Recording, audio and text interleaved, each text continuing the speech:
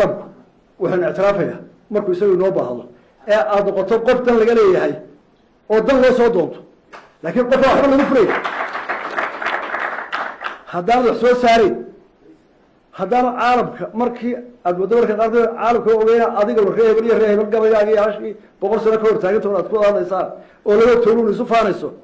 هذه أركتها هذا تاني دافين هذه كاريا قولك سروا قاضي فكرة كلام خلاص دويره هبل يوم يسوي بستين ميل باتيسا ورقم سؤاله بدل تحسين قناص مركا اعتراف بوحي ملايا مركي تذكر أركان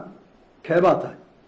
شقارات ميل بقارو أقوانتها ميل بقارو ككوي ماذا وتشعلستين حولسك هو آمنه وتهاي قف إلى النبتقلية أو كلا دنبية وهدو حيسك الشيء بريتو كلا صباح أيو ودس شقية وكينايو ده مركا سبالي ملايا هذا انتهى من دهينين ده اعتراف وانا دوري ستوارهم ده وضد ملكو شغاتها لكن يدا محان كان دفي ابو كوريد marka inuu taadka inuu diyaarno baahan oo ixtiraaf gudaha ka doomo iyadoo fikradaas laga duuliyo waxaan ku talaabsan waxyaalo badan waxa baqashaar imika magaalada barnaamij meel badan kaliya saldhig waa laga sameeyay berber maxaa laga rabaa maxaa buu soo jeediyay labada mashruuc waa kala qaadaya mid waxa weeye dekada berber DB World waa shirkad caalami ah muddo dheer baa shirkada la raadinayay ilaa markuu wasiirka kharjiga hore joogay soo socotay ilaa dawladii hore dhow shirkado baa soo xiiseeyay berbera tartan baa la geliyay shuruud laga geliyay baa leegay DB World baa iyagu wanaagsanatay waa shirkad ganacsi ah waxa weeye dad badan baa oranaya waa la dhacayaa iyada inaga faa'iido badanaysa saana dhacaysa haddii la gorgortamaayo nin walba waxa uu la tagayaa laakiin waxa weeye adigu baahi waa qabtaa iyaguna baahi waa qabtaa halka aad sadhaaf weydaan ee adantaada ka dhaqaajin kar weedo waana ka bilowda مثلا السعودية ربيع oo maanta adduunka dhaqaalaha ugu roobeen boqor Faysal markii ay arabka u tagtay oo horeysay 5% buu qaatay faa'iidadiiba 5 arab ka lahayd qodobku ku darsaday dhowrkii sano mar bar sharciga dib u eegayna soo sano ka bacd ka baashi wala wareegay maanta dhaqaalaha adduunka weyn baa jooga walaaladiina bariyaa way isku leeyeen waxa dalka aad siinaysa lafrada isku dhaafay marka DB World waa shirkad ganacsi ah oo laga doonayo inaynu maalgashi ka helo oo dhismo ka helo oo shaqaale ka helo oo aan aqoon ka korsano oo aan caalamka ku soo jeedino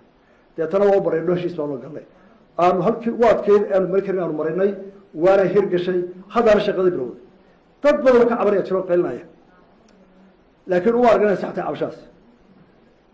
waayo waxa uu ahdaad haysato oo inuu hayno maanta DB World wayna yaranayba inaga fullahay laakiin keeys ma taa karno dadkanu shaqo warayno baahna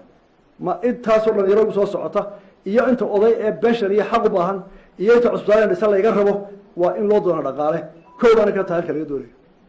qodobka labaad waa saldhig dawladda carabtu waxay noo saldhig bilatirna kareey carabku dhaba kareey waayo maxaanu ka dheefina baanu waxaan la yaabaa mas'uuliyiin badan oo Soomaaliland oo xisbiya oo baarlamaan ah ayaa aad u qeyliya horta waxa la qeyrin karaa la isqabsan karaa laba qodob marka hadasho wixii lagu heshiiyay laynagu heshiiyay dhibaato ay u jirto waa ka iyo waa ka heshiis wali aynu gaadhno la saxay oo madaxweyne saxay ma jiro bal si aynaan isugu tuumin waxa la soo dhigay qodobo baarlamaanka loo keenay oo ah qodobada iyo kuwa soo ku xidheynaa nimanka naga door sadiga haddii inta naga yeelo waa faa'iido waan tagayna baarlamaanka xaq oo amri qodobo wariga marcad dawladda qodobana keento distoorka oo go'an madaxweynuhu heshiiska galo dawlad kasta laakiin si aynu inagu maadaama aynu dawladda cusub nahay maadaama la ictiraafsanayn maadaama saldhiga iyo hawsheedu u culus tahay waxaanu aynu fagaaro weyn waxaynu ku bisleen baarlamaanka loo geeyay intaas oo qodob way dhaafeen caawa madaxweyne ku-xigeenkii wasiirkii khaarijiga iyo shan wasiir oo kale duubay joogaan heshiiskii bay akhriyayaan markii ugu dambeysay war maxaa inoogu jaban war maxaynu iska ilaalinaa war maxaynu ku darrabaa lawada bal marka la soo saaray laga warbaalkan waa qaldanteeno wax xun baa keentay dadka waa garin la diiya elina waa ka iyo qodobka in la kanadi lowday kanadi si waa daw iyadoo wala gaarina in ciriyadu laga qayriyo oo la yaanaan garinba ma dawladda nahay laakiin xaq buu leeyahay qof kale inaan garin horta qofna raayis ku dhibayno hadduu yiraahdo inaga daay ciidan boqol hadduu yiraahdo waa raay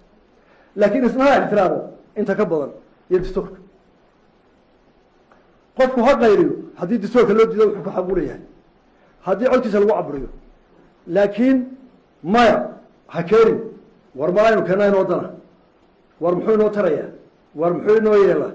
rogrogaal bay bahantay rogaalkiisana weli buu dhammaanin markaa saska ha laga daayo maxaa laga daayo ku jaban nin baa yidhi bukula gala wax ma kala karaysana oo waxaa maadila iman oo maxaan anugu keenaya maxaa si aad u keenaysaa maraya keen qodobada dada waxaasaad ku qaldantay keligaa maaha anigu maya qof quriya maya marka la isku buuqo xeer baa loo dastuura sharciga dawladdaa soo jeedsa baarlamaankaa la mariyaa halkay u bataan bal raaca aniga dee boqol qodob oo aan diidanaha baarlamaanka lagu mariyey oo laga dhaqaaqo sideetankaa u sheegaya kamid aha maalintiis iraayo la yidhi ood ka dhaqaaqa baarlamaan ugu diidan gurisaa tii iska ilooba waa ladka waayay dahri arakaani codun baa loo taagay aroor buu ka lugeeyey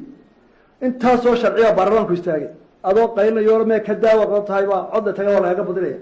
haddaynu taa raaci weyno waxaynu ku noqonaynaa dee dawlad la-aan iyo adkaynta jangla hebella xagga udhaqaaqay hebella xagga udhaqaaqay ma noqotay dawladdu waxaad diidan tahay oo kula qaldan oo aad ka soo horjeedo ayuu baarlamaanka vood laga helayaa mid iyo laba markaasaa nabadgelya odhanaysa dawladdu waa taa xeerka odhayna baa kaas maxamed xashiraaci gaal baa loo qaaday codka la yidhaha impeachment lagu qaaday leesha oo dadku ugu ixtiraam weynaa oon in badan filayo waa lagu impeachgareeya la yidhi toddobiyi toban soo qoraa warqad bay yidhahdeen waa in la impeachgareeya dad badan baa xanaaqo ma la geyn karo aroortii bay soo taagay dastuurka maxaa ku qoran one third of the baarlamaankaa soo dhigi kara toddobiyi tobankii may yidhi ha dee soo dhiga islama sharciga waa la dhigay hal cod buu kaga baxsaday maxamed xashiraaciga majority meesha fadhiyey hal cod bay dhiban in loo gudbiyo maxkamadda malaa waxay noqon dhowr iyo soddon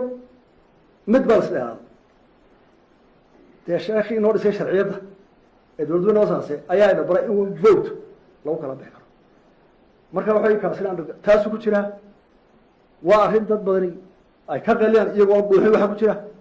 qalad ku jira wax la sixi kara noqon karaan hadduu qalad ku jiro yes qof lagu qalay xaq baa loo leeyahay war qaladka naga saxa war taasina ma qabato laynama leynayo carabinama qasbayso dalka nagama dhici karaan inagama xoojin karaan laakiin iyaynaa noqonin qolad wax walba ka cabsito istaagta